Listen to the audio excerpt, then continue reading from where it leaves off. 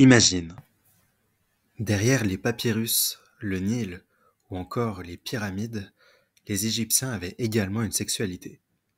Bonjour à tous et bienvenue sur notre chaîne. Aujourd'hui, nous allons plonger dans le monde fascinant et souvent surprenant de la sexualité dans l'Égypte antique. Vous pensez tout savoir sur cette civilisation millénaire? Préparez-vous à découvrir 6 faits improbables qui vont vous étonner sur la sexualité de l'Égypte antique. Numéro 6. Des organes sexuels vers l'infini et l'au-delà. En plus de nombreux objets pour accompagner le défunt dans l'autre monde, on dotait les momies de faux seins et de faux pénis. En revanche, la momie de Toutankhamon ne semble pas avoir eu besoin de cet ajout. Son pénis a en effet été embaumé perpendiculaire au corps pour représenter une érection. Symbole fort du dieu Osiris, le sexe érigé évoquerait ici le renouveau et la fertilité. Une promesse excitante pour la vie post-mortem du pharaon?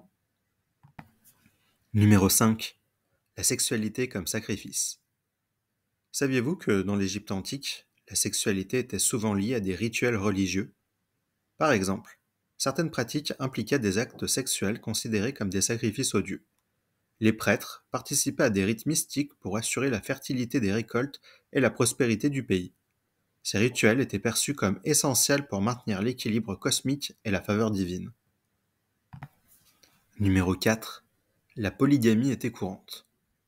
Dans la société égyptienne, la polygamie était une pratique assez courante, surtout parmi les pharaons et les nobles.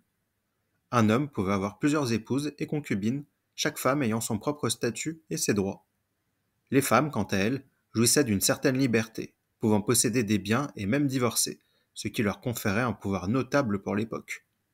Toujours dans les familles de haut rang, l'importance de conserver un sang pur poussait ses membres à se rapprocher de leur famille.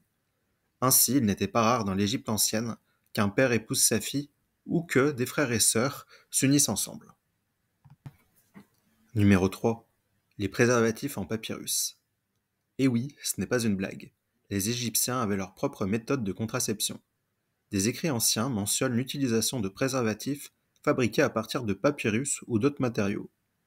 Ils utilisaient également des mélanges d'huile et de résine pour réduire les risques de grossesse.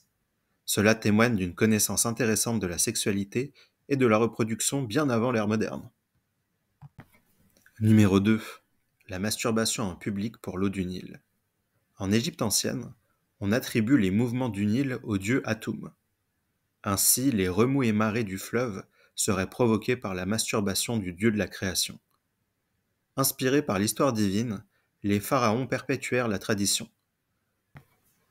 Ainsi, pour que l'eau coulât flot dans ce fleuve sacré, ils continuèrent de s'y masturber.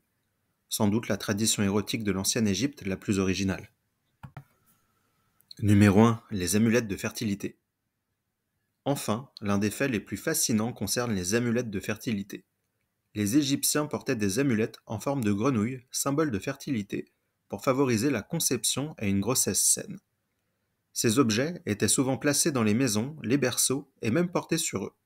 Cela montre à quel point la sexualité et la reproduction étaient intégrées à leur culture et à leurs croyances. Et voilà, c'étaient les 6 faits les plus improbables qu'on voulait te partager aujourd'hui sur la sexualité dans l'Égypte antique. Cette civilisation, souvent perçue à travers le prisme des pyramides et des pharaons, avait une approche riche et nuancée de la sexualité et de la reproduction. Quel fait vous a le plus étonné? Partagez-le avec nous dans les commentaires. N'oubliez pas également de vous abonner à notre chaîne pour d'autres explorations fascinantes de l'histoire. Merci d'avoir regardé et à très bientôt.